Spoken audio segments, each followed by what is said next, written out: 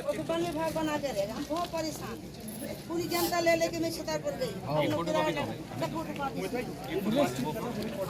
हर आदमी की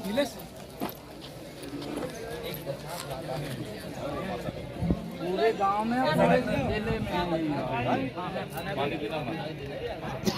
जिले में होगा ये हाल। यहाँ कितने 20-25 महिलाओं को मिल रही है लाडली योजना, बस पेंशन वगैरह पेंशन।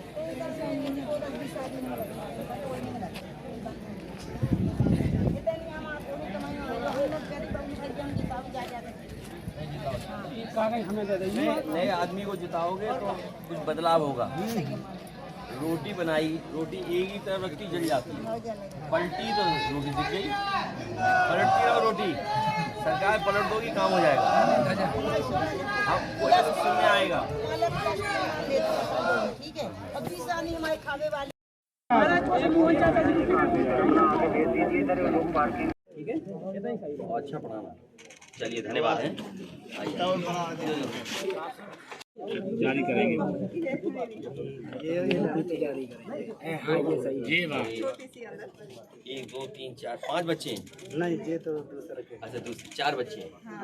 एक अंदर छोटा है बड़ा है? बड़ी है पार्वती का। क्या क्या नाम रखे हैं इनके? ये बेटी एक का नाम दीक्षा है, एक का पार्वती। आप इधर थोड़ा सा। और इसका क्या रखा जो लेटी अभी बिटिया? अच्छा, बहू कर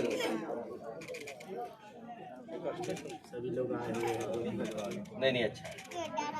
और हमारी पार्टी के व्यास जी को, उनको, और समाजवादी पार्टी के जिले के अध्यक्ष मोहन यादव, और हमारी जो महिला संगठन की हैं RS यादव और महिला संगठन की, उन्हें मैं धन्यवाद देता हूँ कि उन्होंने आदिवासी परिवारों के बीच में हमें बैठाया। और मकसद इस गांव में लाने का यही था कि बीजेपी की 20 साल की सरकार और दिल्ली में इतनी बड़ी बड़ी बातें करना कि हमने प्रधानमंत्री आवास या ग्रामीण क्षेत्रों को गरीबों की इस योजना से, और जब देश की महिला राष्ट्रपति बनी हों और आदिवासियों के गांव में जो सरकार की योजनाएं, उन्हीं योजनाओं का नहीं लाभ मिल पा रहा है। जिन माताओं बहनों ने हमें भोजन कराया है, आज उनका भोजन स्वादिष्ट भी था, भरपेट खाया। और सच्चाई तो ये है कि जब इंसान भूखा हो तो हर चीज़ उसको अच्छी लगती है। लोग पूछ सकते हैं स्वाद कैसा था, टेस्टी बना कि नहीं बना, लेकिन कड़ी और हमारे बैगन की सब्ज़ी और चावल रोटी, इसका स्वाद इसलिए अच्छा था कि आज हम सब लोग भूखे थे। और जब भूख लगी होती है तो पेट भरने के लिए जो चीज़ मिल जाए उसका स्वाद अच्छा लगता है। उन्होंने खिलाया तो हम लोगों ने भी उनका थोड़ा सम्मान किया। लाडली योजना तो नहीं मिली उन्हें, लेकिन जो कुछ हम लोग उनका सम्मान कर सकते थे तो सम्मान करने का काम किया है। कड़ी का भोजन और बैगन, अगर पत्रकार साथियों को याद हो, जब आर्टिकल 370 को लेकर के बहस छिड़ रही थी तो बैगन का उदाहरण मैंने दिया था, क्योंकि बैगन सब्जियों का राजा माना जाता है, उसके सर पे ताज होता है। और वो इसलिए उदाहरण दिया था कि सरकार ये कह रही है कि सब कुछ ठीक है, तो सरकार के लोगों से पूछोगे तो वही बात बोलेंगे। हमें उम्मीद है कि हम लोगों के आने के बाद, अभी चुनाव में वक्त है, यहाँ के सरकार अधिकारियों को भेजे और सरकारी योजनाएं जितनी भी हैं उन सरकारी योजनाओं को यहाँ पूरी तरीके से लागू किया जाए।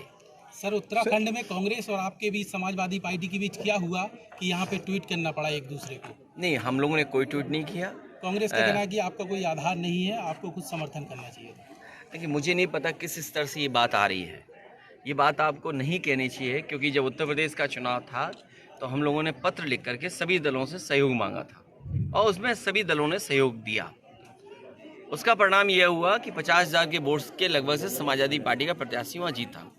उत्तराखंड में समाजवादियों से किसी ने भी समर्थन नहीं मांगा, किसी ने फ़ोन तक नहीं किया। इसीलिए मध्य प्रदेश में जब हम आए हैं तो हमारी पार्टी का जो संगठन है, हमारी पार्टी के लोगों का जो मेहनत की है उसको एसेस करना चाहते हैं, आकलन करना चाहते हैं कि आखिरकार ये ज़मीन पर हैं कि नहीं है। अब मान लीजिए बबलू पटेल हैं, यहाँ कोई गांव नहीं छोड़ा जिसको ये पैदल से पदयात्रा कर करके लोगों से संपर्क न किया हो। तो ये एसेस करना ज़रूरी है कि अगर आप गठबंधन में आप जा रहे हो तो हमें एसेस करना पड़ेगा कि हमारे प्रत्याशी जो हैं वो सक्षम हैं कि नहीं हैं, कि अगर गठबंधन से लड़ें तो बीजेपी को हरा पाएंगे कि नहीं हरा पाएंगे। इसी तरह उत्तर प्रदेश में होगा।